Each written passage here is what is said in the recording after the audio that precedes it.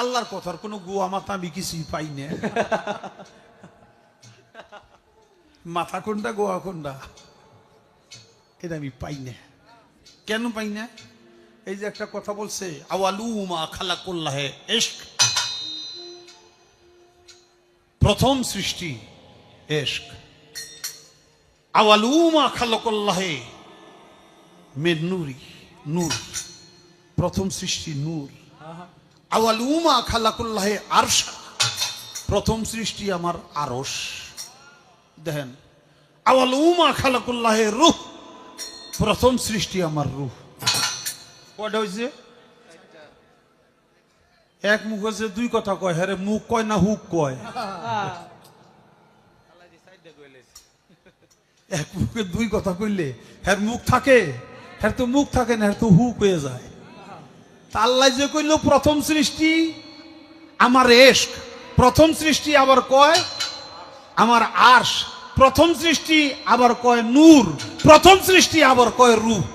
আল্লাহ এক মুখে যে এত কথা কয়, আল্লাহর মুখ কয়টা? খালি কয়টা না, ওটা মুখ না হুক, এটাও আমার জানা দরকার।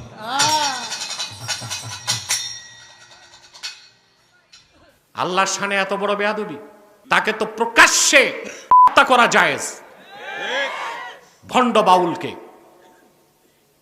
অথচ হুমকি দিচ্ছে নাস্তিকরা, বামরা আর কথিত ভণ্ড বুদ্ধিজীবী ফরহাদ মজহার, তাকে ছাড়তে হবে। ছাড়া তো যাবেই না, সরকারকে বলছি তাকে গ্রেফতার করেছে, এবার তার সর্বোচ্চ শাস্তি মৃত্যুদণ্ড কার্যকর করতে হবে।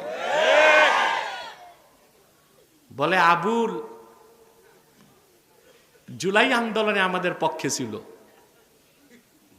জুলাই আন্দোলনের পক্ষে ছিল তো ছিল, তো সমস্যা কি?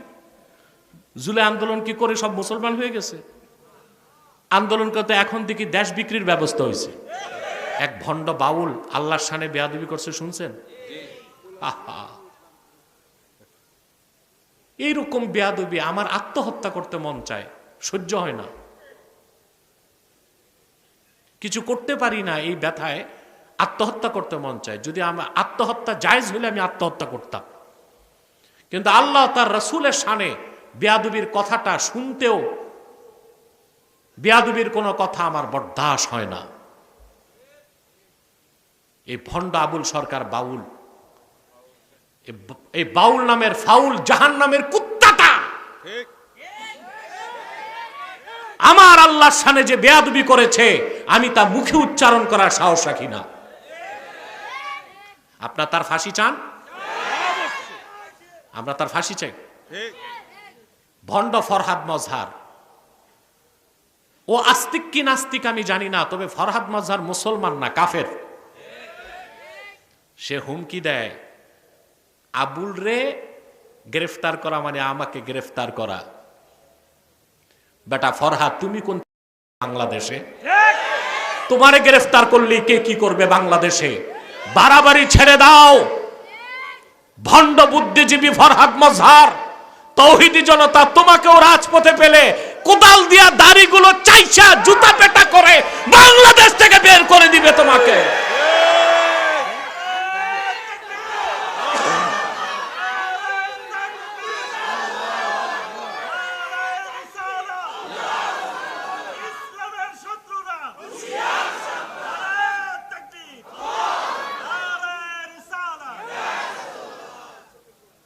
বলে আবুল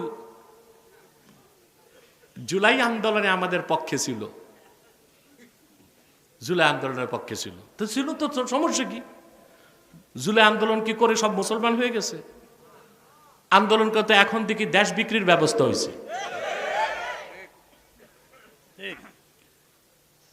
আল্লাহর শানে এত বড় বেয়াদবি, তাকে তো প্রকাশ্যে তাকে করা জায়েজ, ভণ্ড বাউলকে। অথচ হুমকি দিচ্ছে নাস্তিকরা, বামরা আর কথিত ভণ্ড বুদ্ধিজীবী ফরহাদ মজহার, তাকে ছাড়তে হবে। ছাড়া তো যাবেই না, সরকারকে বলছি তাকে গ্রেফতার করেছে, এবার তার সর্বোচ্চ শাস্তি মৃত্যুদণ্ড কার্যকর করতে হবে।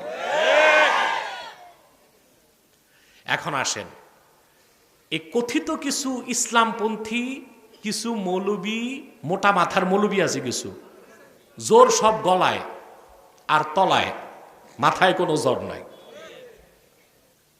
এরকম মৌলবী আছে যে চিনেন বাংলাদেশে? এইসব মৌলবী আর কথিত ইসলামপন্থীরাই ফরহাদ মজহারকে মাথায় তুলছে। আজকে ফরহাদকে ধরো না কেন? আমরা আমাদের চরিত্রকে ঠিক রেখেছি। আমরা শাহরিয়ার কবিরের মতো নাস্তিক কাফেরকে পরাস্ত করেছি। ভারতের দালাল হিসেবে তাকে বয়কট করতে বলেছি, জাতি তা শুনেছে। কিন্তু তোমরা ফরহাদের বিরুদ্ধে কথা বলো না মৌলবীরা কেন? জানি ফরহাদ হচ্ছে আমেরিকার সিআইএর এজেন্ট। তোমরা তো তোমাদের আব্বাকে খেপাইবা না জানি, তা ক্ষমতায় যাবা কেমন? এই 2-4টা মৌলবীর দুশ্চরিত্র, ক্ষমতার লিপ্সা, পয়সার লিপ্সাই এই দেশে ইসলামী আন্দোলনকে সফল হইতে দেয় না।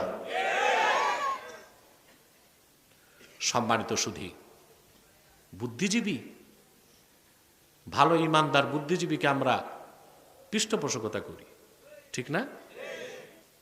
ইসলামের শত্রু যারা, তাদেরকে আমরা ঘৃণা করি। বলে আবুল তো জুলাই আন্দোলনের পক্ষে ছিল, তো কি হয়েছে? জুলাই আন্দোলনের পরে যদি বাংলাদেশে ইসলামের স্বার্থ অক্ষুণ্ণ না থাকে, মুসলমানের অনুভূতিতে আঘাত আসে, এই বিপ্লবকে মানি না, আরেকটা বিপ্লব হবে প্রয়োজনে বাংলাদেশ ইসলামের পক্ষে। কথাগুলো সহ্য হয় নাই, বলে ফেলেছি, এবং বলেছি যা সজ্ঞানে দায়িত্ব নিয়ে বলেছি। এতে আমার জেল ফাঁস যা হয় হোক, আমার কোনো আপত্তি নাই।